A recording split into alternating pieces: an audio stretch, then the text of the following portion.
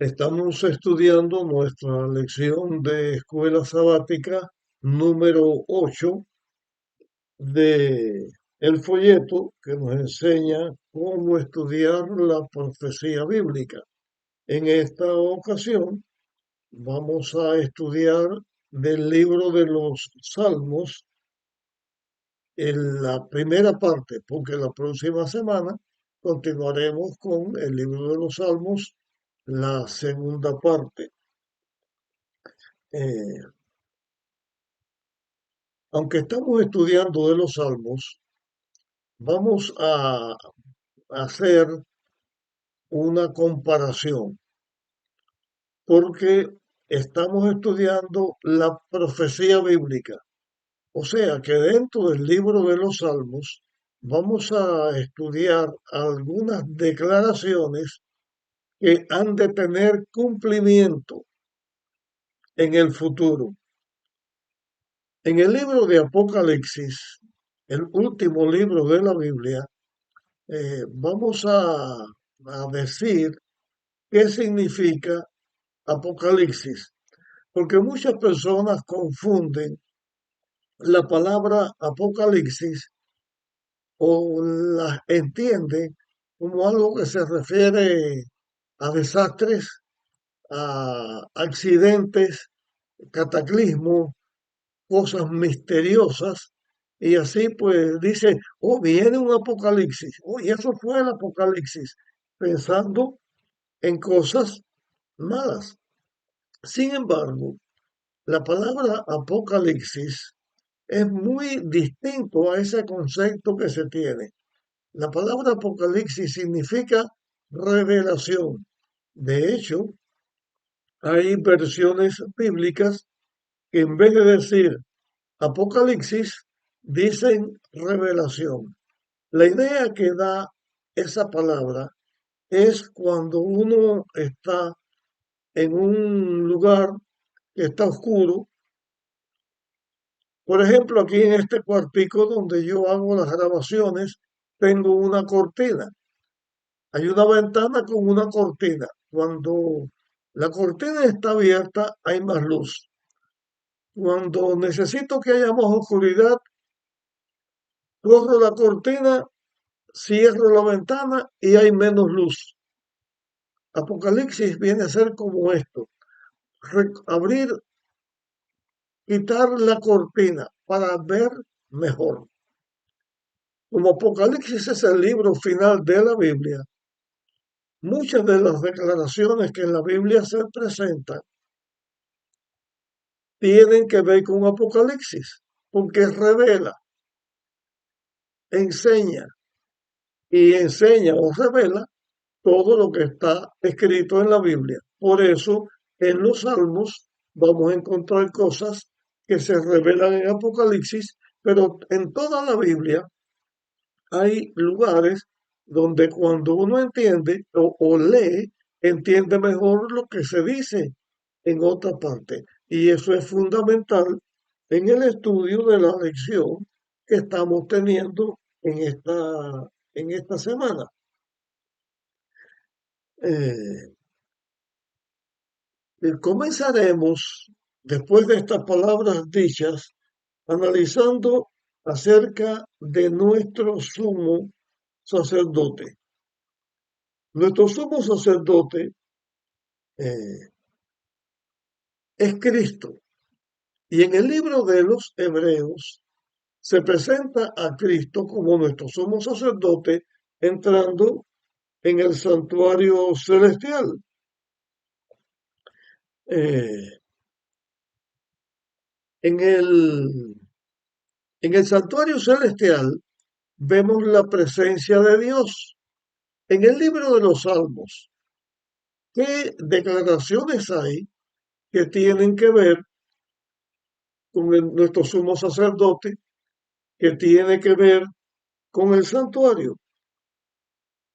En el Salmo 122 vamos a encontrar respuesta a esto que acabo de decir. Es un salmo que dice, me alegré con los que me decían, a la casa de Dios vamos, señalando que la casa de Dios es el santuario, es el templo, es el lugar donde vamos a reunirnos para saber más de Dios. Vamos a congregarnos con otros seres humanos que también se alegran con ir a adorar a Dios, como que es una acción que hacemos los seres humanos, ir donde se presenta Dios, se señala en la Biblia que es el santuario. Todos los que vamos al santuario es que vamos a escuchar de Dios, pero todos no somos iguales. Toda la humanidad no hace igual. Muchos van a la casa de Dios a adorar, pero no van a adorar porque prefieren rebelarse contra Dios, prefieren ser impíos, que significa vivir sin religión, pero otros vamos a la casa de Dios a adorar. Pero todos los que vamos a adorar a la casa de Dios somos pecadores, somos transformados de pecadores, pecadores justificados, o sea, a píos. Pío significa estoy con Dios. Impío, no tengo a Dios. La diferencia entre el que sigue y no sigue a Dios la conoce nuestro sumo sacerdote, que es Cristo. Nuestro sumo sacerdote, que es el que vino, dio su vida para salvarnos y en el cielo intercede por nosotros para que nosotros podamos estar con Él en su reino eterno. La diferencia entre el que sigue a Dios y el que no sigue a Dios está marcada, pero en un principio, desde que el pecado entró, la persona pecadora está alejada de Dios. Por eso necesitamos la ayuda de nuestro sumo sacerdote, la ayuda de la palabra de Dios que nos transforma. Y eso es la obra que el Espíritu Santo hace en el corazón del ser humano. Así que aquí, con este salmo, vemos que somos hijos de Dios, todas las personas que nos alegramos para ir al santuario, para escuchar a nuestro Dios, para ir a la casa de Dios. También en la lección estudiamos acerca del monte Sión.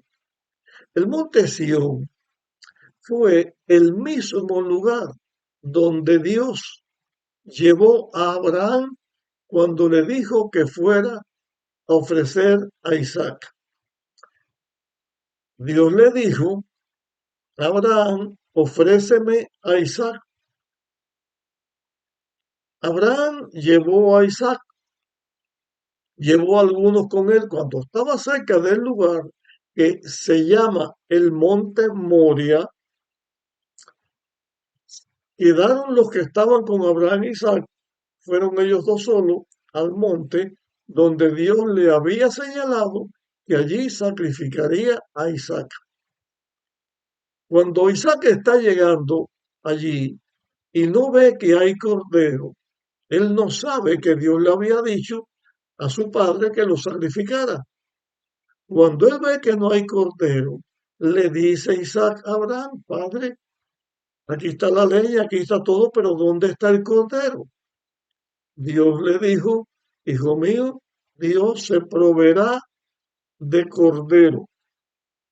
Entonces, eh, cuando le dice, Dios se proveerá de cordero,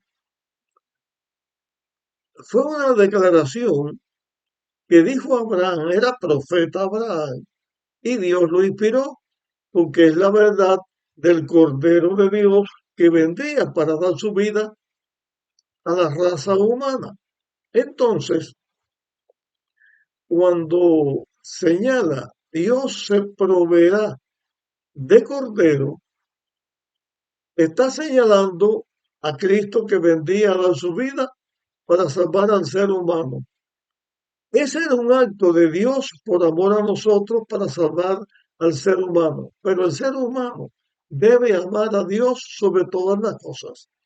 Isaac era un ser humano, debía amar a Dios, debía obedecer a Dios. Cuando llegó el momento en el monte Moria que Abraham le dice a su hijo, el cordero eres tú, Dios me dijo que te sacrificara.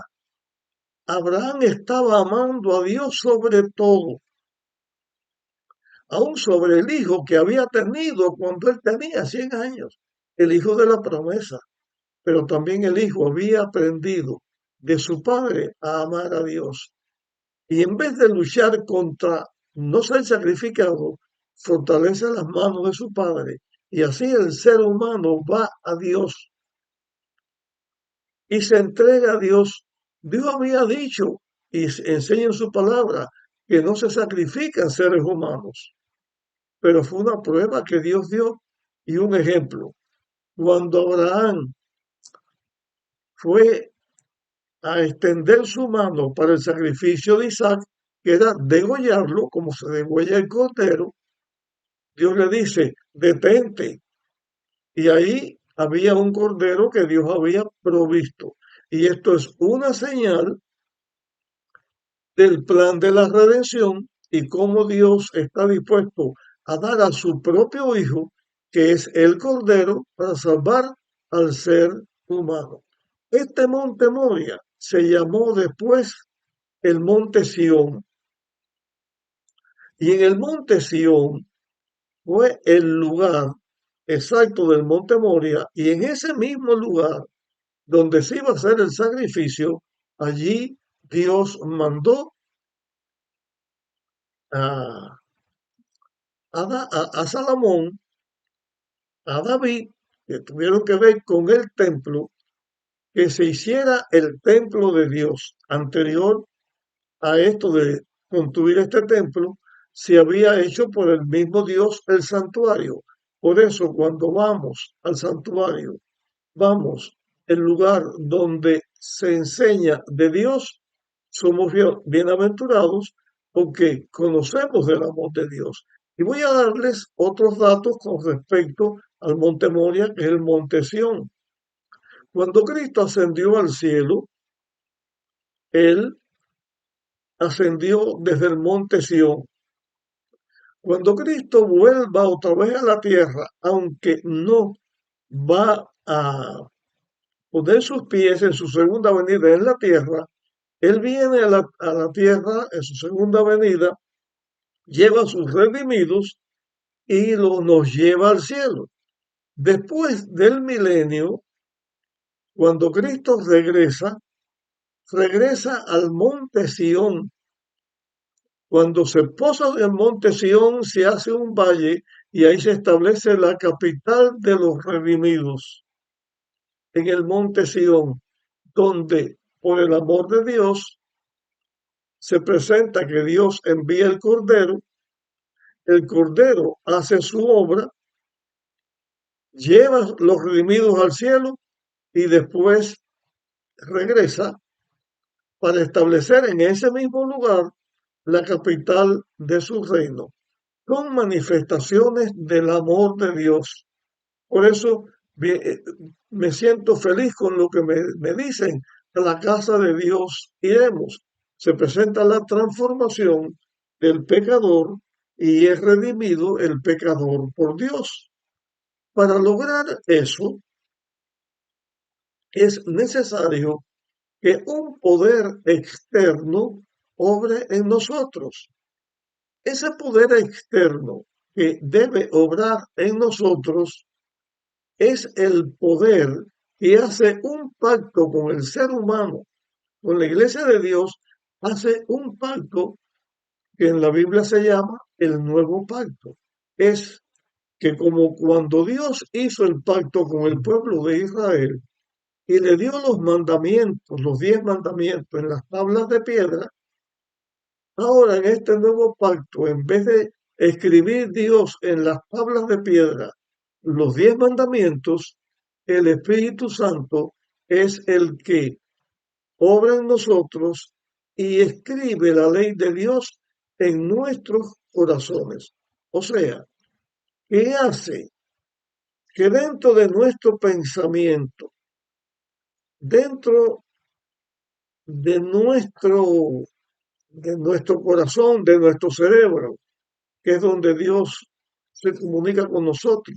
En la Biblia se dice el corazón, en otras versiones antiguas dicen los riñones, declaraciones antiguas, pero es para hablar de la capital de nuestro cuerpo, que es el cerebro, donde el Espíritu Santo coloca la verdad de la ley de Dios antes de estar nosotros en el reino de Dios, en el paraíso de Dios, salvados por el plan de la redención que se enseña en toda la Biblia, y estamos usando algunas palabras de Salmos para esto.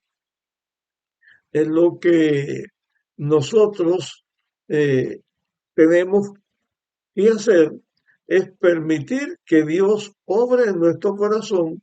Al poner su ley en nosotros significa que aunque seguimos siendo pecadores, con naturaleza pecadora, nos entregamos a Dios, Dios obra en nosotros y así logramos la salvación. Permitimos que Dios obre en nuestra vida. Después, hablando de los Salmos, que es el libro que estamos utilizando para ver la profecía bíblica, encontramos en el Salmo 5 declaraciones muy interesantes. Presenta declaraciones como que los que vamos a estar con Dios somos justos, que los que vamos a estar con Dios somos veraces, no decimos mentiras, no seguimos el mal, pero en el mismo Salmo hace una comparación del que sigue a Dios, del pío, o mejor dicho, del pío, el que sigue a Dios, con el impío que no dice verdad, que dice mentira, que aborrece a Dios y por eso se llama impío, o sea, sin piedad, sin Dios. Pío es una declaración que habla a Dios. Impío sin Dios, pío con Dios. Es la obra del Espíritu Santo en nuestros corazones. Y voy a compartir una declaración que tenemos en el folleto que considero muy al punto, muy bonita, diría yo también, muy importante. Dice, la escena que Juan presenta en esta parte eh, clave del Apocalipsis es asombrosa. Simples pecadores han sido rescatados de la muerte y tienen el privilegio de estar en la presencia de Dios. No han ganado ese derecho, sino que les ha sido concedido porque el Cordero de Dios, el Hijo del Hombre, está allí con ellos. Fueron perdonados, están redimidos y ya no tienen que cargar con su propia culpa. ¿Por qué? Porque el Cordero de Dios la ha llevado por nosotros en la cruz. Así se presenta cómo somos redimidos y cómo estamos con Dios. Cuando una persona conoce a Dios, entrega su vida a Dios, entonces se pone en las manos de Dios y hace la obra que Dios quiere que nosotros hagamos. Y en el libro de los Salmos, en el Salmo 51, en los versículos 7 al 15, se habla de la experiencia de David que está señalada en el Salmo 51. Y la experiencia de David es esta. David había pecado, pero había sido perdonado. Y cuando él pecó, y fue perdonado que se arrepintió y buscó a Dios y se arrepintió, entonces él dice, abre mis labios y publicaré tu alabanza. Primero, perdóname y yo publicaré tu alabanza. Comparto esta otra declaración. La verdad salvadora y santificadora no puede permanecer confinada en el corazón. Si estamos revestidos de la justicia de Cristo y rebosamos de gozo por la presencia de su Espíritu, no podremos quedarnos callados. Si hemos probado y visto que el Señor es bueno, tendremos algo que decir a los demás, como Felipe le dijo al etíope. Eh, también eh, Dios le hizo un juramento a David. Dice aquí en nuestro folleto, compartir una partecita que dice, juré a David mi siervo, diciendo, mi mano estará siempre con él, mi brazo también te fortalecerá, mi fidelidad y mi misericordia estarán con él. Eso es un reflejo que tiene que ver con Jesús, que establece su reino para siempre, su reino eterno. Y el reino eterno de Dios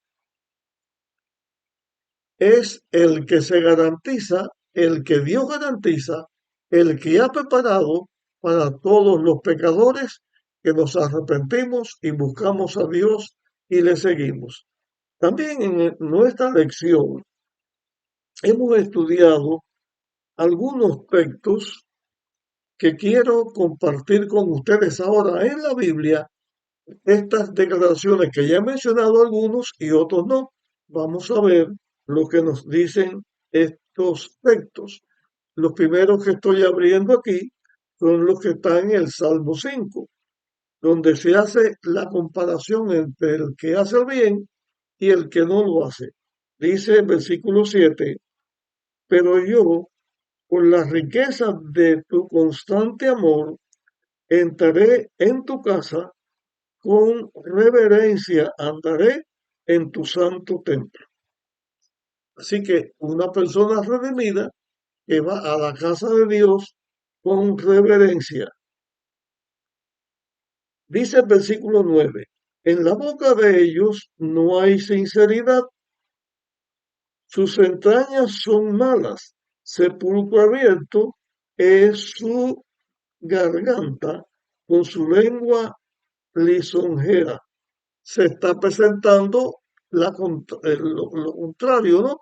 Las personas que no buscan, que no siguen a Dios, así se presentan en la Biblia. Versículo 10 dice, Señor, declara a los culpables, caigan por su misma intriga, por la multitud de sus transgresiones, échalos porque se rebelaron contra ti. Es la persona que no sigue a Dios, se rebela contra Dios. Versículo 11,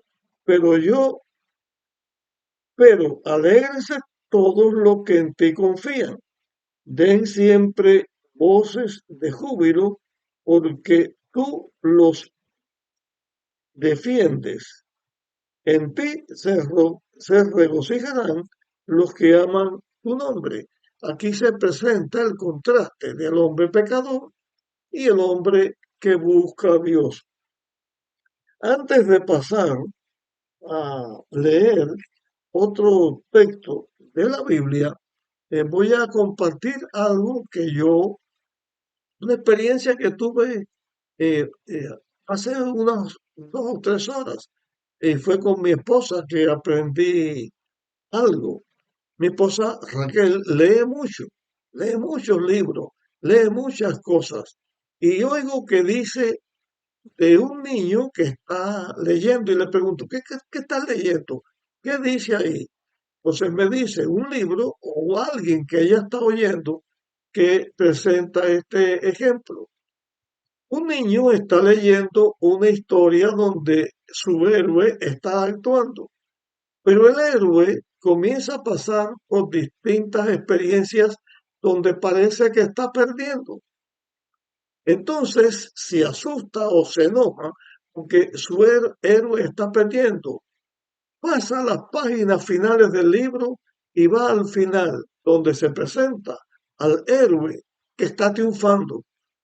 Y entonces ya tranquilo el niño viene a seguir con su historia donde el héroe está pasando por dificultades. Y entonces el niño dice, si tú supieras lo que yo sé, ¿qué cosa es lo que él sabía?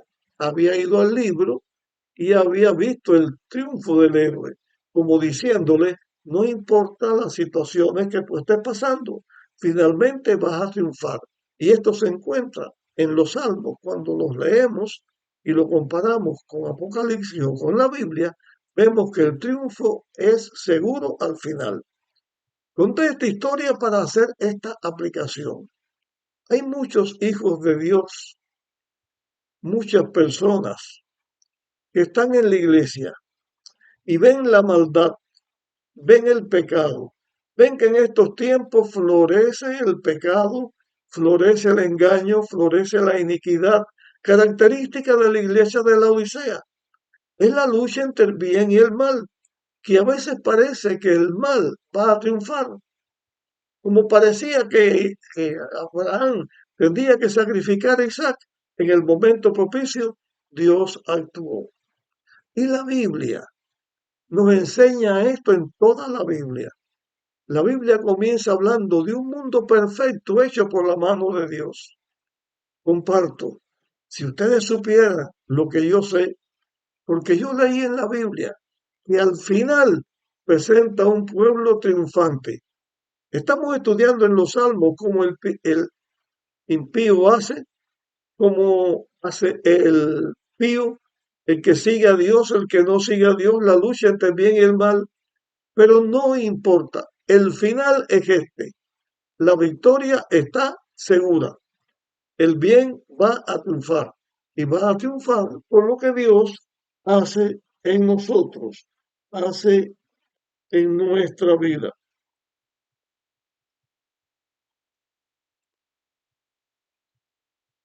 Vamos a compartir unos textos que están en la Biblia.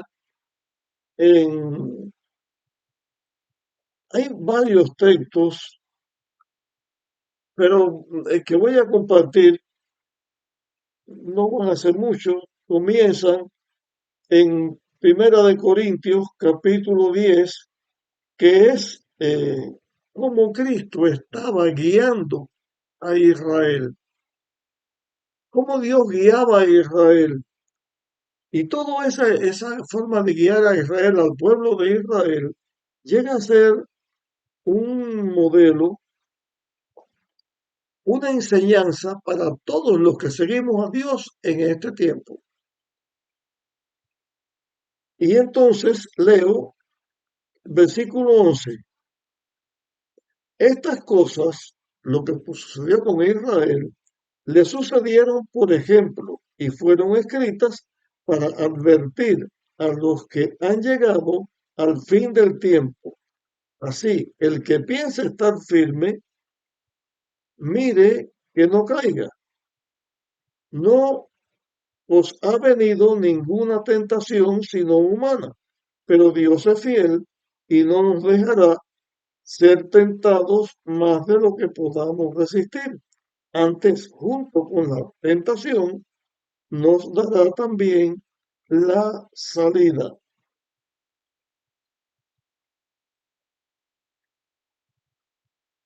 Ahí vemos la misma declaración en las luchas entre el bien y el mal, entre el pecado y la santidad, pero Dios está con nosotros y nos va a dar la salida. Vamos a compartir ahora otra declaración que está en Efesios 4. Yo les hablé del Espíritu Santo, que es el que escribía la ley en nuestros corazones. Dice Efesios capítulo 4, versículos 30, 31 y 32. Y no entristezcáis al Espíritu Santo de Dios, con el cual fuiste sellado para el día de la redención. El Espíritu Santo que viene de Dios es el que nos sella. Al ser sellado, estamos seguros en la salvación, y los que serán sellados al fin del tiempo estarán vivos hasta que Cristo venga. Dice el versículo 31, librados de toda amargura, enojo, ira, gritería, maledicencia y de toda malicia. Sed benignos, compasivos unos con otros, perdonándonos unos a otros, como también Dios nos perdonó en Cristo. Es lo que el ser humano hace cuando es sellado por Dios, sigue a Dios y honra a Dios en su vida. Eh, Voy a compartir también otra declaración que está en la Biblia, pero antes voy a compartir una declaración que había pasado por alto y la estoy buscando. Así que nuestra penúltima lectura que hemos visto en el folleto tiene que ver con esto. Dice Primera de Hebreo, no sé ahora si dije Corintios anteriormente, Primera de Hebreo, capítulo 10 y versículo 15 al 17. Dice, también el Espíritu Santo atestigua. Aquí está testiguando, está diciendo el Espíritu Santo. Este es el pacto que haré con ellos después de aquellos días, dice el Señor. Pondré mis leyes en sus corazones y las grabaré en sus mentes, y nunca más me acordaré de sus pecados y transgresiones. Está señalando aquí la obra del Espíritu Santo, poniendo su ley en nuestros corazones. Y estos mismos aspectos están escritos en Jeremías 31, donde el que habla es Dios. Están escritos también en Hebreos, donde el que habla es Dios. Y aquí, que yo estoy leyendo, dice el Espíritu Santo, y está hablando Dios. Se presenta el Espíritu Santo como Dios, que es el que hace su obra en los hijos de Dios. Ahora, los últimos textos que vamos a tener, está escrito primero en Apocalipsis 14, versículos 6 y 7. Dice, entonces vi otro ángel que volaba por el cielo con el Evangelio eterno para predicarlo a los que habitan en la tierra. ¿Qué es el Evangelio eterno? Que Dios ocuparía nuestro lugar.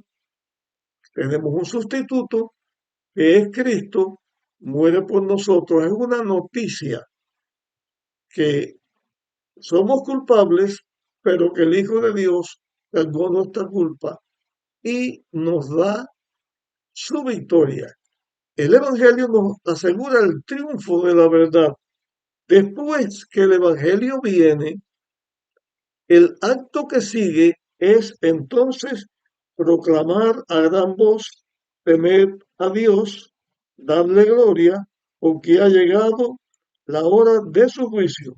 y adorad al que hizo el cielo, la tierra y todas las cosas. O sea, primeramente,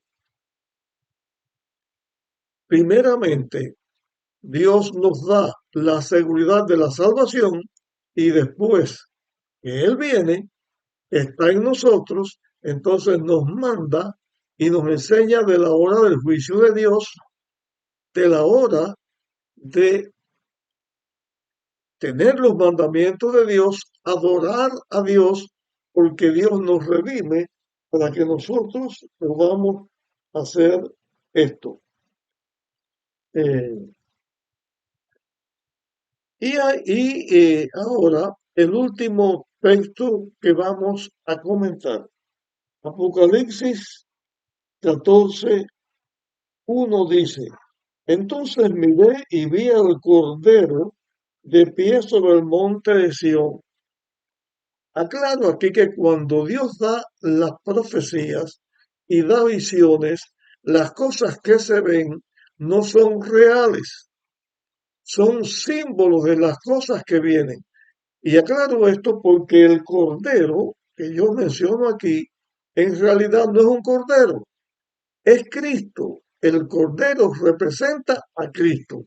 Entonces, miré y vi al cordero, o sea, miré a Cristo de pie sobre el monte Sión, el monte que estuvimos señalando, eh, donde Cristo subió al cielo y donde Abraham fue a sacrificar a Isaac.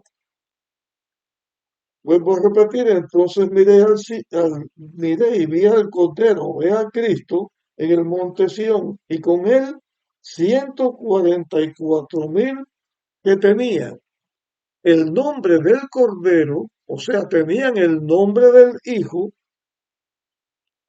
y el nombre del Padre, o sea, el nombre de Dios el Padre, escrito en su frente. ¿Qué significa que tuvieran el nombre de Cristo y del Padre en su frente? Significa que ellos conscientemente aman y siguen a Dios.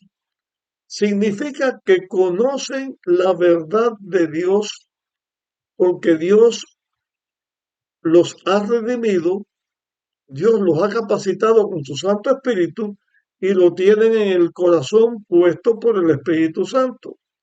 Ellos tienen el sello de Dios. El sello de Dios no es meramente guardar el sábado. El sábado es el sello de la ley de Dios, pero el sello de Dios es cuando la persona refleja a Cristo en su vida. Muchas personas guardan el sábado y se van a perder, como Judas guardaba el sábado y se pierden, y como muchos que hay, el impío que va dentro de la iglesia para estorbar, porque es el que el diablo pone para luchar contra Dios. Y se va a perder también, pero la persona que el Espíritu Santo obró en su corazón, que el Espíritu Santo selló, que el Espíritu Santo refleja en su vida el nombre del Padre y del Hijo, estos son los redimidos que están aquí en el monte Sión. ¿Por qué solamente tienen el nombre del Padre y del Hijo? Sencillo, porque el Espíritu Santo que Dios mandó es poner la ley de Dios en nuestro corazón, es sellarnos. Aquí está el Padre que envía al Hijo, el Hijo que viene y da su vida por nosotros, y el Espíritu Santo que su tarea es enseñarnos quién es Dios, enseñarnos al Consolador, enseñarnos en que cuando uno pide mal, porque no sabe, él gime por nosotros y pide por nosotros, intercede por nosotros y así nosotros estamos en armonía con Dios. La lección comienza hablando de los seres pecadores que vamos a la casa de Dios a conocer de Dios y terminamos en el monte Sión, o sea, en el mundo redimido, en la tierra nueva, por la obra que el Padre y el Hijo hicieron para salvarnos y la obra del Espíritu Santo que nos sella y nos enseña todo lo que Dios ha hecho con nosotros. Aquí terminamos la lección. Ahora tengo otra cosa que decirle aparte de la lección. Además de esta lección que acabo de grabar y que se las voy a enviar primero, tengo otro estudio de esta misma lección que les voy a enviar después a los que quieran escucharlo. Mando primero para que compartan esta. Después que le mande la otra, voy a mandarle un comentario de la lección donde les explico otras cosas más. Así que los que deseen tener esta lección, la escuchan aquí. Para el que desee, les voy a mandar la otra, la escucha. Y el que desee el comentario donde conoceremos más, la escucha también. Y además aprovecho para decir que esto es algo que me sucede continuamente con los temas que yo estoy haciendo. Parte de estos tres que les voy a mandar, hay un cuarto tema que hice y que lo deseché. El segundo que voy a mandar porque no me gustó fue demasiado largo. Digo así porque ya doy por terminada la lección. Y es lo que me pasa con los estudios. Los hago, es el trabajo que estoy dedicando mi vida para servir a Dios y para predicar sus palabras. Como no puedo llegar físicamente donde está, de esta manera puedo llegar y puedo ayudar. Digo esto ahora no para decir lo que yo estoy haciendo, sino que como hemos aprendido en la lección, que cuando uno recibe de Dios el perdón, recibe el Evangelio y es perdonado, comparte esa experiencia con otras personas. Y te digo a ti, también lo que tú aprendas, compártelo con otros y tendremos el gusto, el gozo de servir a Dios en esta tierra y pronto estar con Él en su reino eterno. Hasta aquí terminamos. Enseguida te envío esta lección.